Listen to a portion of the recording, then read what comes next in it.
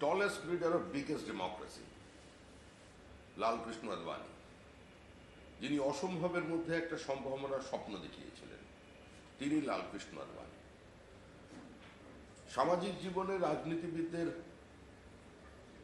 জীবনযাত্রার স্বচ্ছতা, প্রবিটি in public life, তিনি Lalkrishna Advani. Party with a difference, তিনি লালকৃষ্ণ আদবানি। 90-এর দশকের শুরুতে pseudo secularism versus cultural nationalism, ছদ্ম ধর্মনিরপেক্ষতা এবং সাংস্কৃতিক জাতীয়তাবাদ, এই বিতর্ক যিনি সারা দেশকে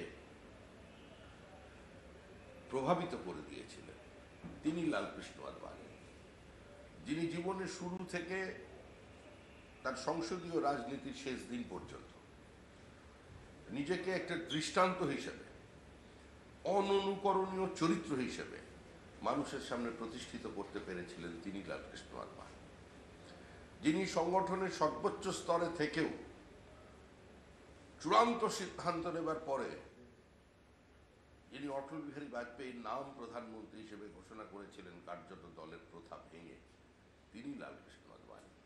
ভারতীয় রাজনীতিতে তার প্রভাব, তার অবদান এবং সর্বোপরি একজন রাজনৈতিক ব্যক্তিত্ব হিসেবে বিভাজনের রাজনীতিকে ছাপিয়ে গিয়ে তিনি নিজেকে প্রতিষ্ঠিত করেছেন। আজকে তার এই ভারতরত্নে পুরস্কৃত হওয়ার জন্য আমরা গর্বিত। তাকে আমাদের অনেক অনেক প্রণাম, অভিনন্দন। আজকে ঐতিহাসিক মুহূর্ত, রাষ্ট্রপতি প্রদান করছেন, সেখানে উপরাষ্ট্রপতি ছিলেন, বিশিষ্ট আরও ব্যক্তিবর্গ ছিলেন এবং সর্বোপরি দেশের প্রধানমন্ত্রী ছিলেন, যে প্রধানমন্ত্রীকে কার্যত রাজনীতির আঙিনায় নিয়ে এসেছিলেন আদবানিজি, যিনি আদবানিজি সেই ঐতিহাসিক রথযাত্রা থেকে সবকটা উত্থান পতনকে নিজের দেহ দিয়ে, মন দিয়ে স্পর্শ করেছেন, সেই নরেন্দ্র মোদীজি আজকে পৃথিবীর জনপ্রিয়তম রাজনৈতিক ব্যক্তিত্ব, সেটার অবদান সেখান থেকে সঙ্গে নিয়ে সেই লালকৃষ্ণ আদবানি। তাই দুজনকে পাশাপাশি দেখে যাদের বিচ্ছিন্ন করা যায় না আত্মিকভাবে, সেখানেই ভারতরত্ন প্রদানের এই অনুষ্ঠান নিঃসন্দেহে আসমুদ্র হিমাচলের প্রত্যেকটি ভারতীয় জনতা পার্টির কর্মীকে, তাদের অনুরাগীদের আজকে নতুন করে উজ্জীবিত করলো। এই মুহূর্ত আনন্দঘন, এটাকে আর এর বেশি ভাষায় বর্ণনা করার ক্ষমতা আমাদের নেই। বীরভূমের বিজেপি প্রার্থী তথা সদ্য প্রাক্তন আইপিএস দেবাশিস ধর, তিনি আজকে বলছেন যে শীতলকুচিতে যা ঘটেছিল, কেন্দ্রীয় বাহিনী আত্মরক্ষার্থে কারা গুলি চালিয়েছিল, এই সত্যি কথা বলা অপরাধে তাকে শাস্তির মুখে পড়তে হয়।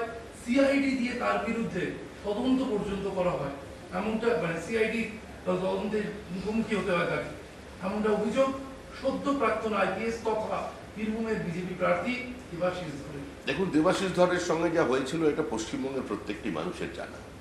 পরিস্থিতির বাধ্যবাধকতায় কোন বিপরীত অবস্থায়, কঠিন পরিস্থিতিতে আজকে সেদিন নিরাপত্তা রক্ষীদের গুলি চালাতে হয়েছিল, সেটাও কিন্তু আজকে মানুষের সামনে তদন্তের মধ্যে দিয়ে স্পষ্ট হয়েছে।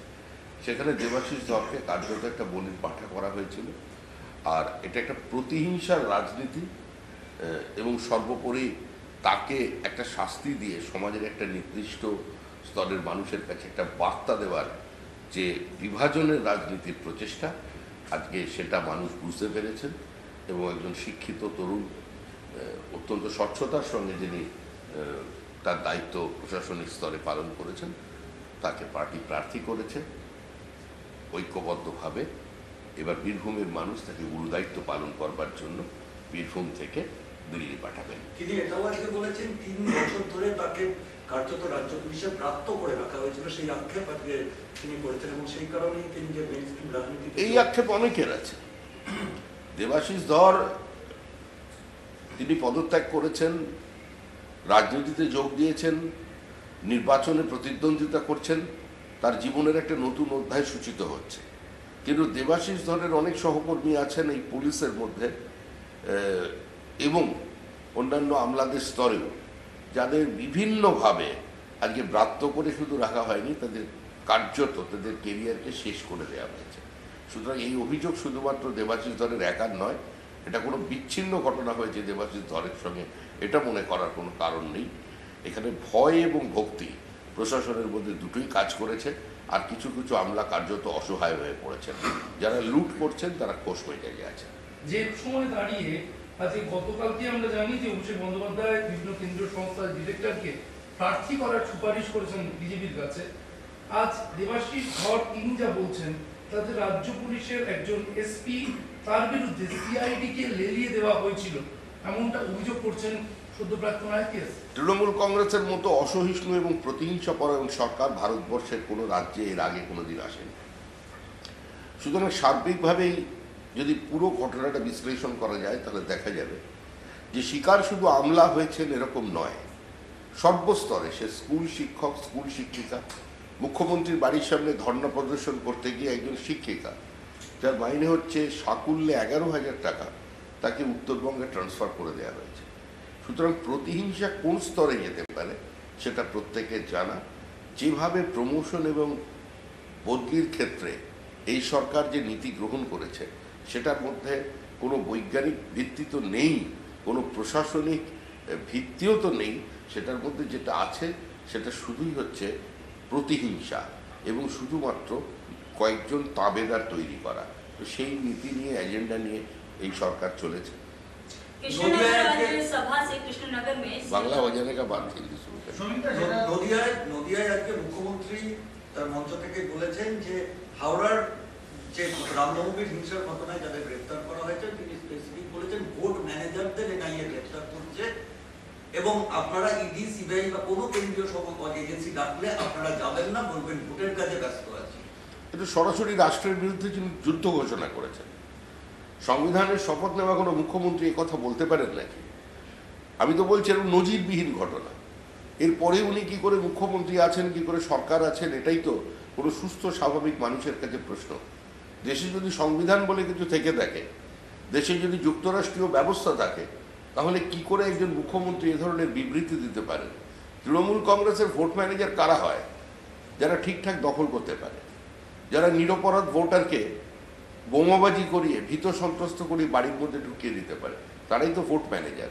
আর তারাই এ ধরনের হিংসা দাঙ্গায় অংশগ্রহণ করে। এরাই যদি তাদের ডেকে থাকে বা গ্রেপ্তার করে, ঠিকই করছে। সমিতা, আজকে রামলীলা ময়দানে সেখানে ইন্ডিয়া জোট সমাবেশেও ইস্যু সেই এজেন্সি। ভোটের মুখে 3 কেন্দ্রীয় এজেন্সি সক্রিয়তা নিয়ে সরব হয়েছে বিরোধীরা, সেখানে বাংলা এজেন্সির সক্রিয়তা নিয়েও সরব হয়েছে তৃণমূল। ভোটের মুখে মহুয়া চন্দ্রনাথকে টার্গেট করা হচ্ছে, এজেন্সি টার্গেট করছে, এমনও অভিযোগ সরব হয়েছে তৃণমূল কংগ্রেস। জোট জোট মমতা ব্যানার্জি, জোট কংগ্রেস সিপিএম, এটাই তো মানে জোক অফ দ্য সেঞ্চুরি।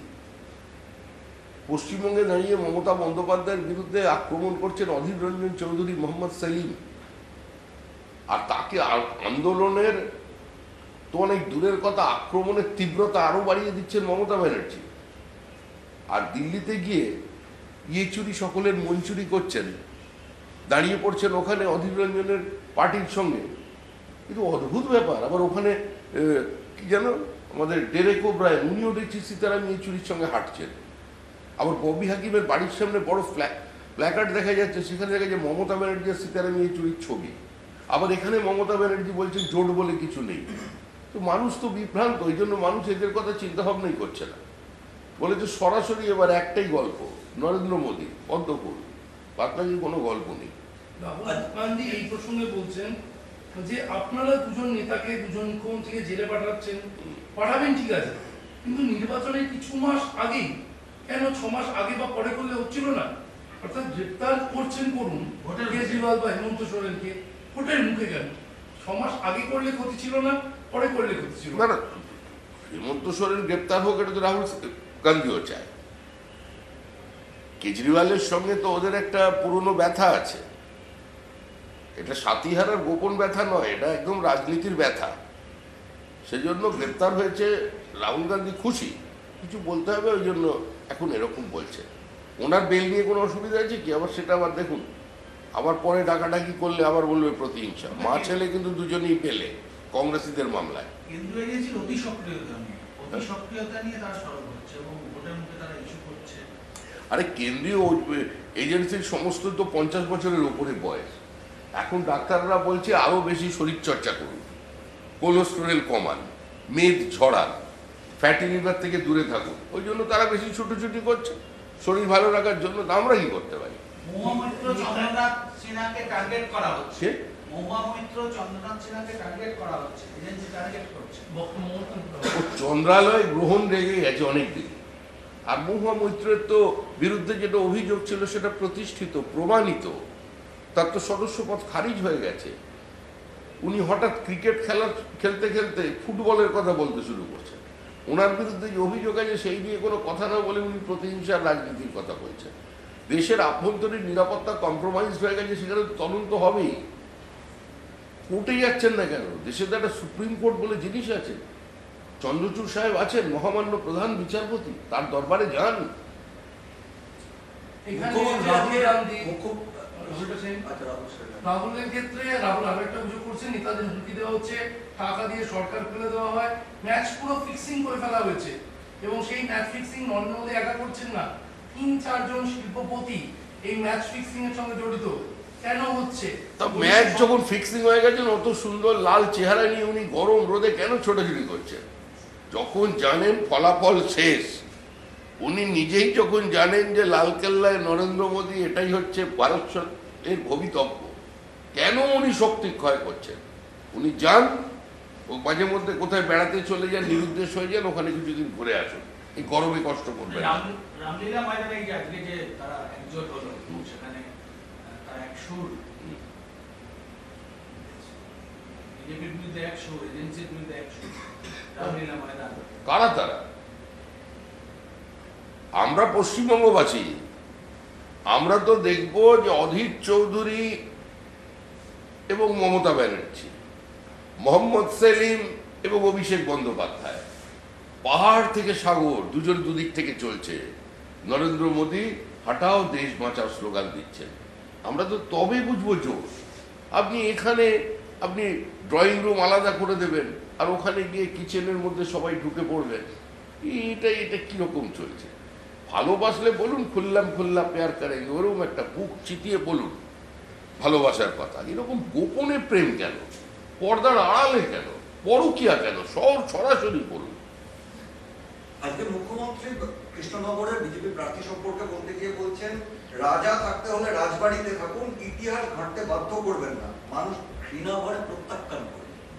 বেশি ইতিহাস ঘাঁটতে গেলে মুখ্যমন্ত্রী বিপদে পড়বেন। কারণ যে কংগ্রেসের তিনি সংসদ ছিলেন, যে কংগ্রেসের গর্ভ থেকে তার দল জন্ম নিয়েছে, তাদের ইতিহাসটা বাঙালির সঙ্গে বেইমানির ইতিহাস, বিশ্বাসঘাতকতার ইতিহাস, ব্রিটিশের চাটুকারিতার ইতিহাস, আত্মসমর্পণের ইতিহাস, নদিয়াকে পাকিস্তানে পাঠানোর ইতিহাস। ইতিহাস খুলতে গেলে প্রকাশ্যে আসুন, প্রকাশ্যে অংশগ্রহণ করুন আমাদের সঙ্গে। Old men very in hurry, কি ভূমিকা ছিল কংগ্রেসের পশ্চিমবঙ্গে, কি কারণে এখানে গ্রেট ক্যালকাটা রাইট তৈরি হয়েছিল। এখানে আপনার বসিরহাট, বসিরহাটের তৃণমূল প্রার্থী হাজী নুরুল, তিনি আজকে প্রচারে একেবারে সরবেরিয়া টপকে নদী পার হয়ে সন্দেশখালী অব্দি গেলেন। অনেকদিন পর তৃণমূল নেতারা সন্দেশখালী যেতে পারলেন এবং সেখানে গিয়ে খোলা মেলা প্রচার ছাড়লেন।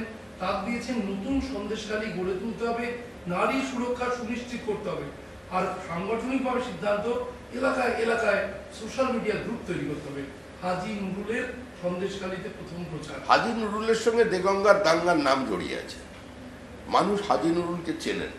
হাজী নুরুলের রাজনীতি সাম্প্রদায়িক বিভাজনের রাজনীতি, এটা অন্তত বসিরহাটের মানুষ জানেন। সংখ্যাগরিষ্ঠতার জোরে কোথাও কোথাও উনি জিতে যান ঠিকই, কিন্তু একটা সময় আসবে, একটু অপেক্ষা করুন, এরা এক্সপোজ হবে। এমনকি সংখ্যালঘু মানুষজনও এদের এই রাজনীতিকে প্রত্যাখ্যান করে দেবে। আজকে মুখ্যমন্ত্রী বলেছেন সিপিএম কংগ্রেসকে ভোট মানে বিজেপিকে ভোট, বাংলায় কোনো জোট নয়। কি বলবেন? এই তো এতক্ষণ ভাই তোমরা জোট জোট করে যাচ্ছ, আমরা বলছি এটা ঘোট ঘোট ঘোট। আমাদেরই তো এটা বক্তব্য যে কংগ্রেস সিপিএম কে একটা ভোট দেওয়া মানে তৃণমূল কংগ্রেসকে দুটো ভোট দেওয়া। আমরা সিপিএম কংগ্রেসের ছোট ছোট ভাই বন্ধু সমর্থক যে কজন আছেন, বৃদ্ধ মানুষজনকে বলছি, ওরে বাবা, ভোটটা বাচ্চাদের চকলেট নয়, সত্যনারায়ণের প্রসাদ নয় যে সকলের মধ্যে একটু একটু করে বিতরণ করতে হবে। সংঘবদ্ধভাবে ভোট দিন, নির্দিষ্ট লক্ষ্যে ভোট দিন, স্থায়ী সরকার করতে ভোট দিন, তৃণমূলকে বাবুঘাটে বিসর্জনের লক্ষ্যে ফিরহাদ হাকিমের উপস্থিতিতে ভোট দিন।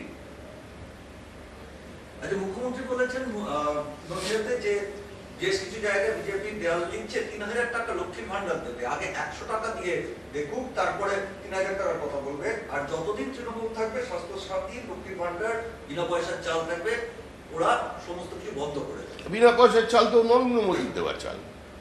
নরেন্দ্র মোদী বলেছে আমি চাল দিচ্ছি, ওটা তো মানুষের টাকা।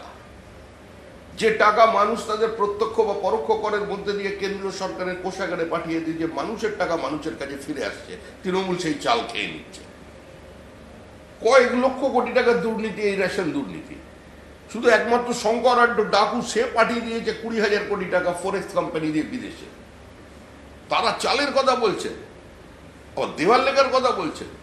বিজেপি নিজের রাজ্যে দিতে হয় না, কারণ এখানের যারা মানুষ আছেন তারাই তো বিজেপি শাসিত রাজ্যে কাজের জন্য যাচ্ছে। গুজরাট থেকে আমাদের পশ্চিমবঙ্গবাসীরা আমাদের ফোন করছে যে আমরা এখানে চাকরি করি, কাজ করি, সোনার ব্যবসায় অংশগ্রহণ করি, কোথাও কোনো অসুবিধা নেই। বারবার বহিরাগত গুজরাটকে গালাগাল দিলে ভবিষ্যতে তো আমাদের অনিশ্চিত অবস্থা খারাপ হয়ে যায়। একটু বন্ধ করুন। আমাদের বলছেন, আমরা তো অনুরোধ করছি মুখ্যমন্ত্রীকে করজোরে, এই ধরনের বিবৃতি দিয়ে আপনি এই ৬৫ লক্ষ পরিযায়ী শ্রমিককে অনিশ্চয়তার দিকে দয়া করে ঠেলে দেবেন না। সর্বভারতীয় তৃণমূল কংগ্রেসের পক্ষ থেকে সর্বভারতীয় তৃণমূল সর্বভারতীয় তৃণমূল কংগ্রেসের পক্ষ থেকে দিল্লির রামলীলা ময়দানে ডেরেক ওব্রায়েন ঘোষণা করে দিয়েছেন যে সর্বভারতীয় তৃণমূল কংগ্রেস সর্বতভাবে ইন্ডিয়া জোটে আছে, কারণ লড়াইটা দেশে বিজেপির বিরুদ্ধে। আর সেই দিনই মমতা বন্দ্যোপাধ্যায় এখানে বলছে ভোটের পরে ইন্ডিয়া জোটটা আমি দেখে নেবো, নামটা তো আমারই দেওয়া। ভোটের পরে ইন্ডিয়া জোটটা আমি বুঝে নেবো, নামটা আমারই দেওয়া। আমাকে জিজ্ঞেস করছেন কেন? অধীরবাবুকে প্রশ্ন করুন, মোহাম্মদ সেলিমকে প্রশ্ন করুন, সীতারাম ইয়েচুরিকে প্রশ্ন করুন, এর উত্তর তারা দিতে পারে। আর আমার মনে হয়েছে সকালবেলা ঠিকঠাক ডেরেক ওব্রায়েনের দিদির সঙ্গে কথাবার্তা হয়নি, একটু কমিউনিকেশন গ্যাপ হয়ে গেছে, একটু বেশি বলে ফেলেছিলেন, হালকা করে বকে দিয়েছেন। মহুয়া মৈত্রর ভোটে প্রচার শুরু করে আজ মমতা বন্দ্যোপাধ্যায় বললেন জেতার পরেও মহুয়াকে তাড়িয়ে দিয়েছে বিজেপি লোকসভা থেকে, ও আবার জিতবে, সংসদে গিয়ে ওদের মুখোশটা খুলে দেবে। জেতার পরেও মহুয়াকে বিজেপি মানে আপনার দল তারা লোকসভা থেকে তাড়িয়ে দিল, ও আবার জিতবে এবং এবার হিসেবটা বুঝে নেবে, মুখোশটা খুলে দেবে লোকসভায়। হুঙ্কার। তার সঙ্গে যোগ করেছে ও একটু জোরে কথা বলে, ওই জন্য ওকে সংসদ থেকে বের করে দিয়েছে। দেখুন, মহুয়া মৈত্র জোরে কথা বলে এবং স্পষ্ট কথা বলে মাঝে মধ্যে, কিন্তু এটা অস্বীকার করবার কোনো জায়গা নেই। নির্বাচনে হারের পরে যখন তৃণমূলকে উনি চিনতে পারবেন, নেতাদের আচরণগুলো দেখবেন, তখন একদিন তৃণমূলের মুখোশ খুলতে এই মহুয়া মৈত্র নিয়ে পড়বেন। কারণ ওনার অভিজ্ঞতা প্রবল, উনি উচ্চশিক্ষিত, বিদেশে দীর্ঘদিন কাজ করেছেন, আন্তর্জাতিক ঘটনা প্রবাহের সঙ্গে তার একটা যোগাযোগ আছে। তারপরে উনি কংগ্রেসে ছিলেন, কংগ্রেস থেকে তৃণমূলে এসছেন, তৃণমূলে এসে আবার নিঃসঙ্গ হয়ে গিয়েছিলেন মাঝখানে, তৃণমূল পেছন থেকে মই সরিয়ে নিয়েছিল, আবার মই দাঁড় করিয়ে দিয়েছে সিপিএম ঢোকার পরে কেসে। সিপিএম ক্রেডিট নিয়ে যাচ্ছিল, হঠাৎ মোহাম্মদ সেলিম দেখেছিলাম ভক্ত হয়ে উঠলেন মহুয়া মৈত্র, কংগ্রেসও দাঁড়িয়ে পড়লো, তখন তৃণমূল বাধ্য হয়ে চলে গেছে। এটা কিন্তু মহুয়া মৈত্র বলেন, ঠিক সময় যখন নিঃসঙ্গ হয়ে যাবে তখন এর উত্তর হয়ে যাবে। প্রার্থীকে ফোন করে ৩,০০০ কোটির গল্প শুনিয়েছেন প্রধানমন্ত্রী। মুখ্যমন্ত্রী বলছে ইডি টাকা ফেরত দেবে, তাতে কি হলো মনে আছে তো? ১৫ লাখের গল্প বলে লাভ নেই। মুখ্যমন্ত্রী প্রধানমন্ত্রী যখন বলেছেন ৩,০০০ কোটি টাকা যেটা অ্যাটাচ করে যে ইডি সেটা ফেরত দেবেন, তাহলে ফেরত দেবেন, এটা মোদির গ্যারেন্টি। ফেরত যখন দেবেন বলেছেন ফেরত দেবেন। এখন তৃণমূল চাইছে টাকাটা যেটা অ্যাটাচ হয়েছে তৃণমূলকে দেওয়া হোক, যার থেকে টাকা পাচ্ছে তাকে ফিরিয়ে দেওয়া হোক। অপার সম্পত্তি খাটের তলায় ৫০ কোটি তৃণমূলকে দিয়ে দেওয়া হোক। যার ২০,০০০ কোটি টাকা পাঠিয়ে দিয়েছে ফরেক্সে, ওটা পাঠিয়ে দেওয়া হোক। ভোলেবম রাইস মিল তৃণমূলে পার্টি অফিস হয়ে যাবে, এইগুলো চাইছেন, কিন্তু হওয়া তো সম্ভব নয়। যখন আসবেন প্রধানমন্ত্রী হয়ে যাবেন, ওই ভোটের পরে জোটটা যেরকম দেখে নেবেন, তখন উনি ডিসিবিআই তুলে দেবেন, যা খুশি করবেন। একটু ২ মাস এগুলো সহ্য করতে হবে। পিসি গার্ডেনে গতকাল নির্মীয়মান বেআইনি বহু তলের অংশ খসে পড়ে, সৌভাগ্যক্রমে কেউ আহত হয়নি, কিন্তু দেখা যাচ্ছে ২০২২ ডিসেম্বর থেকে অভিযোগের পর অভিযোগ পড়েছে। ২০২৩ সালের জানুয়ারি মাসে কাজ বন্ধের নোটিশ দেওয়া হয়েছে, ভেঙে ফেলার নির্দেশ দেওয়া হয়েছে, কিন্তু অল্প একটু অংশ ভেঙে পড়লো 2024-এর। দেখো ভাঙাভাঙি চলবেই। পশ্চিমবঙ্গের ভবিষ্যৎ হচ্ছে বাড়ি ভেঙে পড়া, পশ্চিমবঙ্গের ভবিষ্যৎ হচ্ছে জনশূন্য হয়ে যাওয়া। এর জন্য শুধু তৃণমূল কংগ্রেসের দুর্নীতি দায়ী নয়, এর জন্য দায়ী হচ্ছে আমাদের সাধারণ মানুষের অসচেতনতা এবং উদাসীনতা। প্রতিবাদ ভুলে গেছে বাঙালি, কোনো প্রতিবাদ হচ্ছে না, যে যা পারছে করে যাচ্ছে। আমরা তো শুধু মেয়রকে বেশি কিছু চাইনি, যে বাড়ি ভাঙাভাঙি এই গরমে আপনি ওর কাছে যাবেন না। আপনি শুধু ধর্মতলার পরিবেশটা ঠিক করুন, পরিষ্কার পরিচ্ছন্ন করে হকার মুক্ত করুন। এটা যদি করে ফিরাদ হাকিম দেখাতে পারে তাহলেও একটা কথা হতে পারে। গার্ডেন নিচে বাড়ি ভাঙার ক্ষমতা ফিরাদ হাকিমেরও নেই, তৃণমূলেরও নেই। আজকে মুখ্যমন্ত্রী বলেছেন মাথা হচ্ছে সিএ, লেজ হচ্ছে এনআরসি। বাংলায় সিএ হচ্ছে বিজেপির ভোট কিনে, বাংলায় সিএ হচ্ছে বিজেপি। আরে ভাঙা গড়া সবকিছু তো আমরাই করছি, আমরাই তো ছাড়ছি কিমিক, তারপরে আমরাই সেটা বাস্তবায়িত করতে।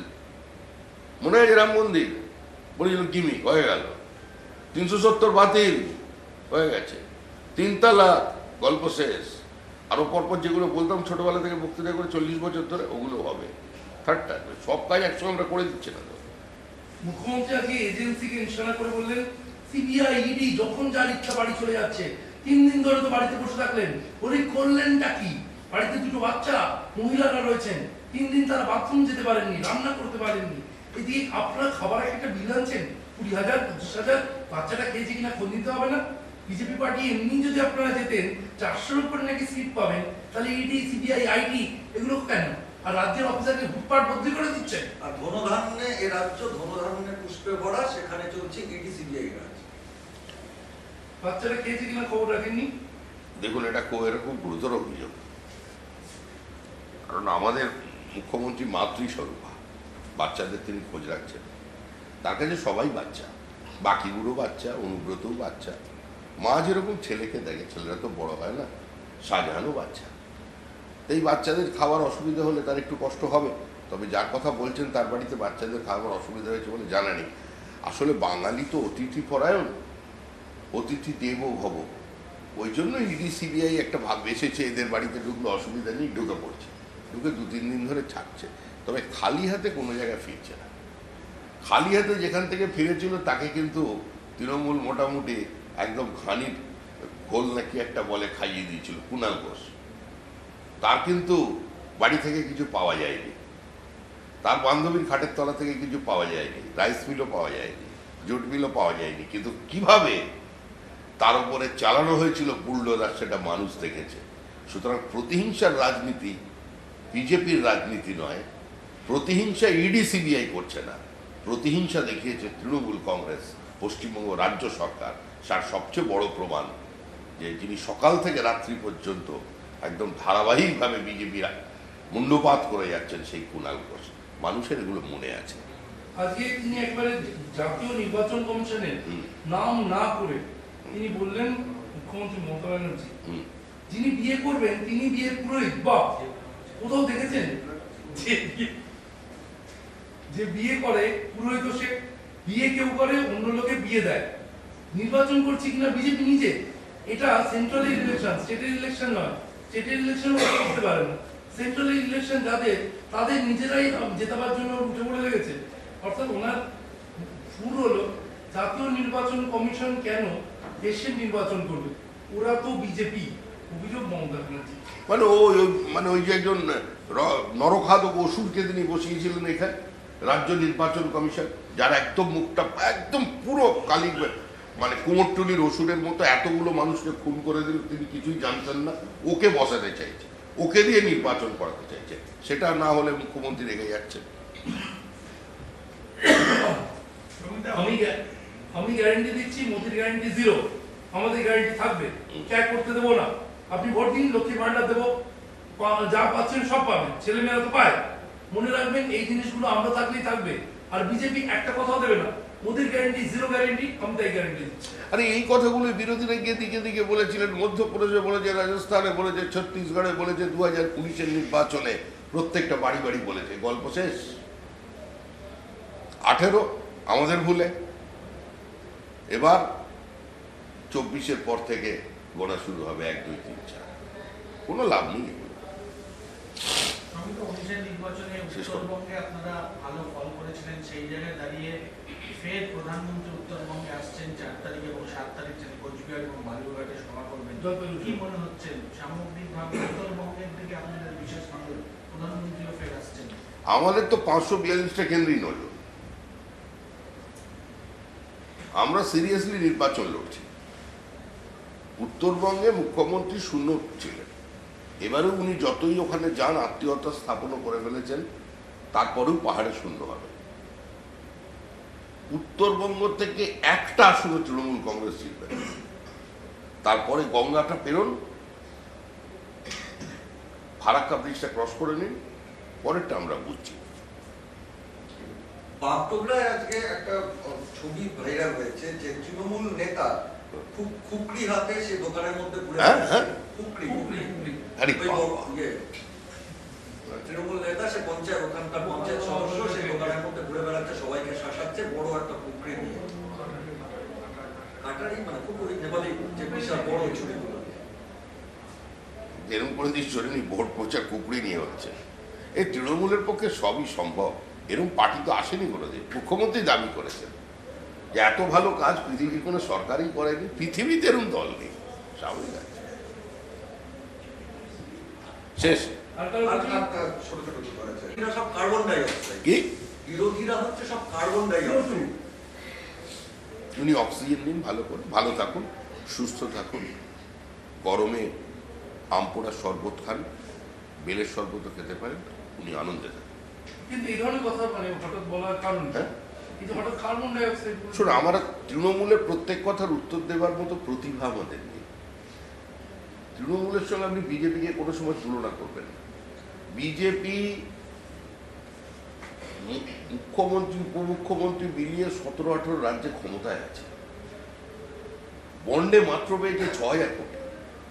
তৃণমূল একটা দেশের সরকারে আছে, তৃণমূল একটা রাজ্যে থেকে 1600 কোটি।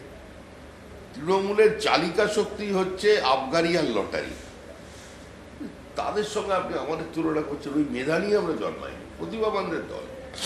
লাস্ট একটাই, শওকত মোল্লাকে ভাঙড়ে বলেছেন যে দলে থেকে বেইমানি করলে 4 জনের পরে বুঝে নেব। তার মানে কোথাও 4 দলে থেকে বেইমানি অন্তর্ঘাত শুরু হয়ে গেছে। আরে রাজতন্ত্র যখন পতন হয়, রাজাদের দেখেননি? মুঘল সাম্রাজ্য দেখছেন না?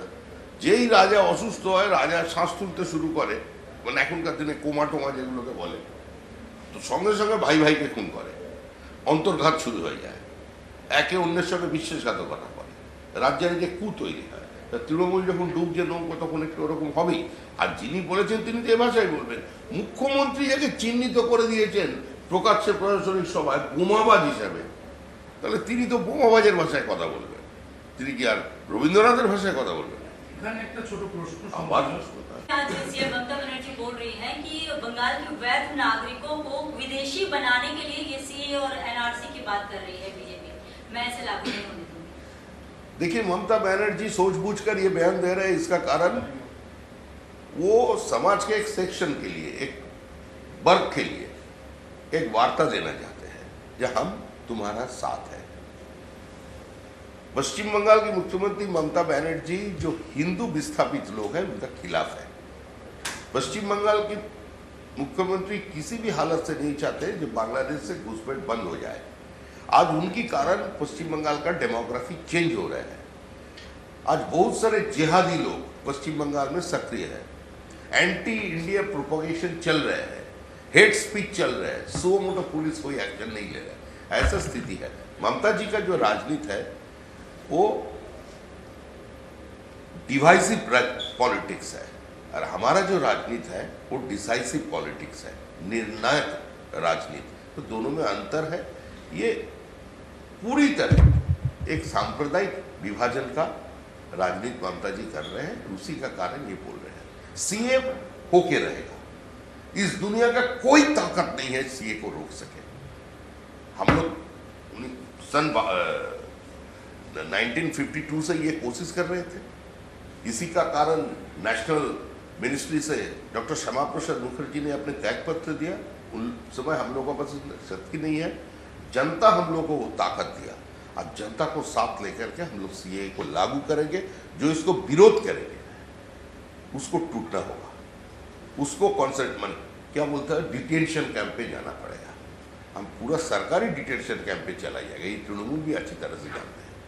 सीएम डायरेक्ट चैलेंज कर रही है, बीजेपी इस बार 400 बोल रही है, 400 से ज्यादा सीट लाएंगे, लेकिन 200 से ज्यादा पार नहीं कर पाएगी। हाँ? 200 से ज्यादा सीट नहीं मिलेगा बीजेपी को। 2019 में सीएम का स्टेटमेंट था 2019 बीजेपी फिनिश, 42 में 42 सीट सीएम जीतेंगे। अरे उसको ये तो कम से कम आप लोग पूछिए कि आपका कैबिनेट में कौन गृह मंत्री बनेंगे, कौन रक्षा मंत्री बनेंगे, फाइनेंस मिनिस्टर किसको बनाएंगे। 2 महीने बाद तो जो प्रधानमंत्री बनने जा रहा है, और नरेंद्र मोदी तो अभी डर से ही हिमालय का एक गुफा चुन लिया है, जो कहाँ जाकर वो छुप जाए। ममता जी आने के बाद उसका क्या हाल होगा। तो ममता जी को ये पूछिए ना, जब अपने कैबिनेट के बारे में बताए। बीजेपी तो गया, मोदी जी तो अभी छोड़ना चाहते हैं ममता जी के कारण, इतना डर गया। वो क्या कर रहे हैं, उसका फॉर्मेशन का बात करने को। ये बहुत सुनते सुनते पश्चिम बंगाल का जनता अभी एकदम टायर्ड हो गया। महुआ मोइत्रा को निष्कासित किया गया क्योंकि वो बीजेपी के खिलाफ मुखर थी। सीएम कह रही है बीजेपी के खिलाफ वो मुखर थी, इसलिए महुआ मोइत्रा को निष्कासित किया गया। तो जब उसके ऊपर आरोप लगाया गया उस समय ममता जी क्यों चुप थे? क्यों तृणमूल कांग्रेस महुआ मोइत्रा का साथ नहीं दिया? क्यों उसका स्पोक्स पर्सन ये बोल दिया आज की बात से महुआ के बारे में जो भी क्वेश्चन राइज होगा उसको उत्तर महुआ देगा? पहले इस प्रश्न को उत्तर दे। उसके बाद तो सीपीएम उतरा मैदान पे महुआ के समर्थन पर, उसके बाद कांग्रेस, और अंत में तृणमूल कांग्रेस आया। महुआ मोइत्रा का बयान से ही एथिक्स कमेटी में उसका ऊपर जो आरोप है वो प्रमाणित या प्रतिष्ठित हो गया। सीएम कह रही है कि आप 4 लोकसभा सीटों के लिए बीजेपी उम्मीदवार तो नहीं खड़े कर पा रही हैं, तो ईडी, सीबीआई, एनआई, आयकर के निदेशकों को खड़ा कर दे। उन्होंने बहुत काम किया है। उन्होंने चैलेंज करते हुए ये भी कहा है, आइए मेघनाथ की तरह बादलों के पीछे छिपे रहने के बजाय जनता की अदालत में आए। मेघनाथ के बादलों के पीछे छिपे रहने के बजाय जनता की अदालत में आए। सीट सारे जो अभी 4 सीट जो बची हुई है उस पर अभी तक उम्मीदवार नहीं खड़ा कर पा रही है।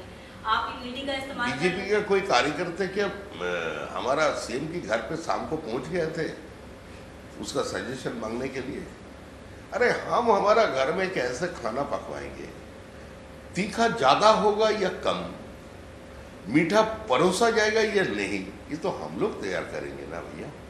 किसी का रसोई में घुसने का इतना क्या क्या मतलब है? तृणमूल का घर का अंदर क्या हो रहा है हम लोग तो एक शब्द भी नहीं बोल रहे हैं। ममता जी डरे हुए है, उसका भीतर आतंक है। ममता जी कोई पैराट्रूपर पॉलिटिशियन नहीं है, वो जानते हैं काल क्या होने वाले हैं। इसलिए तृणमूल का ज्यादा एक्साइटमेंट है बीजेपी का कौन उम्मीदवार खड़ा होगा। ममता जी निश्चित रहिए कि इस बार 400 पर तो वो तो दूसरा दिल्ली वाला स्लोगान, बंगाल का हिसाब बता रहा हूं। इस बार पश्चिम बंगाल की चुनाव का नतीजा आने का समय है, हम लोग हमारा आसन का गिनती 24 का बाद से शुरू करेंगे। 25 1, 26 2, 27 3 ऐसे ऊपर जाएगा, ये निश्चित है। একটা বাংলা আছে ওই একটা মায় দৃশ্য দেখলেন কীর্তি আজাদ, কে আগে কোন পক্ষ মালা দেবে সেই নিয়ে দুপক্ষ মারামারি। কীর্তি আজাদকে পালিয়ে পাশে মন্দিরে গিয়ে মাথায় হাত দিয়ে বসে থাকতে হলো। হ্যাঁ, মন্দিরে গিয়ে আশ্রয় নিলেন, মাথায় হাত দিয়ে বসে থাকতে আইনি তৃণমূলের 2 লবির মধ্যে মারপিট, কীর্তি আজাদ মূর্তিটা সাইড করলেন মন্দিরে।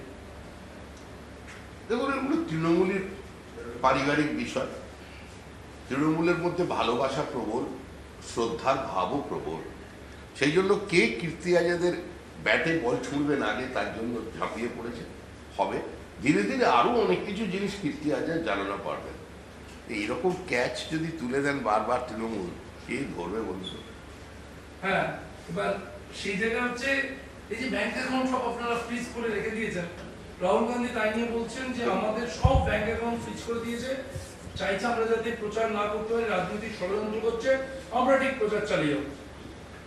কনফিডেন্ট রাহুল গান্ধী যে ব্যাংক অ্যাকাউন্ট ফ্রিজ করে দিয়েছে যাতে প্রচার। শতাব্দী প্রাচীন পার্টির ব্যাংক অ্যাকাউন্ট ফ্রিজ হচ্ছে, এর থেকে দুর্ভাগ্যজনক লজ্জাজনক ঘটনা কিছু হতে পারে না। না খাতা না বহি, जो केसरी जी कहा वही सही, এইভাবে এতদিন চালিয়ে এসছেন রাজনীতি। কংগ্রেসের অর্থনৈতিক স্বচ্ছতা কোনোদিন ছিল না, এখন অনেক স্ট্রিনজেন্ট ল এসে গেছে, নজরদারি বেড়েছে, সমান্তরাল অর্থ ব্যবস্থা, কালো টাকার ব্যবহার কমানো হচ্ছে, কংগ্রেস ফেসে যাবে, কি করবে? আর একটা ব্যাংক অ্যাকাউন্ট বন্ধ হলে যদি নির্বাচনী প্রচার করতে না পারে, তাহলে আমার মনে হয় রাজনীতিতে থাকার কোনো প্রশ্ন নেই। যেখানে ম্যাজিক ফিগার 272, আবার ভাই। সেখানে বারবার আজকে রাহুল গান্ধী, অখিলেশ, তেজস্বী তারা বললেন গ্যারান্টি দিচ্ছি বিজেপি 400 আসন পাবে না, আর ম্যাচ ফিক্সিং ছাড়া 400 হয় না বলছেন রাহুল গান্ধী। 272 হলে সরকার গঠন হয়ে যাবে, তারা বলছেন তারা সরকার করবেন। 400 আসন পাবে না বিজেপি, এই গ্যারান্টি দরকার রাহুল, তেজস্বী, অখিলেশ এদের কাছ থেকে। ভাই, এদের বক্তব্যের কোনো গ্রহণযোগ্যতা, কোনো গুরুত্ব আজকে তাদের নিজেদের দলের মধ্যে নেই। রাহুল গান্ধীর কোনো বিবৃতিকে দেশবাসী তো অনেক দূরের কথা, কংগ্রেসের নেতা কর্মীরা কোনো সিরিয়াসলি নেয় না। সুতরাং রাহুল গান্ধী, অখিলেশ যাদব কি বলবেন তাতে ভারতবর্ষের রাজনীতি প্রভাবিত হবে, নির্বাচনে তার কোনো প্রভাব পড়বে, এই অবস্থায় এখন নেই। এসব হাস্যকর বালখিল্য ব্যাপার স্যাপার, ছোট স্কুল যাওয়া বাচ্চারা যেভাবে নিজেদের মধ্যে একটু ঝগড়া করে বা নিজেদের মধ্যে টিফিন শেয়ার করে, এটা ওই ধরনের ব্যাপার।